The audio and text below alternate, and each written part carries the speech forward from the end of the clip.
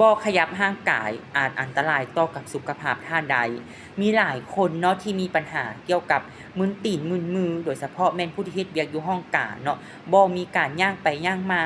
นั่งอยู่บ่อนเก้าใช้เวลาโดนๆคือคอมเมนต์นี่แหละเพิ่นว่าขอถามแด้ถ้าเฮานั่งอยู่บ่อนเก้าโดนๆท่ามึนตีนปกติบ่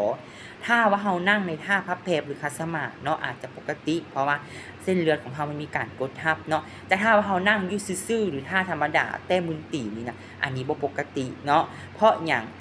การที่เฮานั่งเวลาโดนๆแล้วเฮาบ่มีการขยับขยายร่างกายนี่นะมันจะมีปัญหาทางระบบเลือดของเฮาเลยเนาะแล้วก็พยาธิอ้วนและต่อมาคือเบาหวาน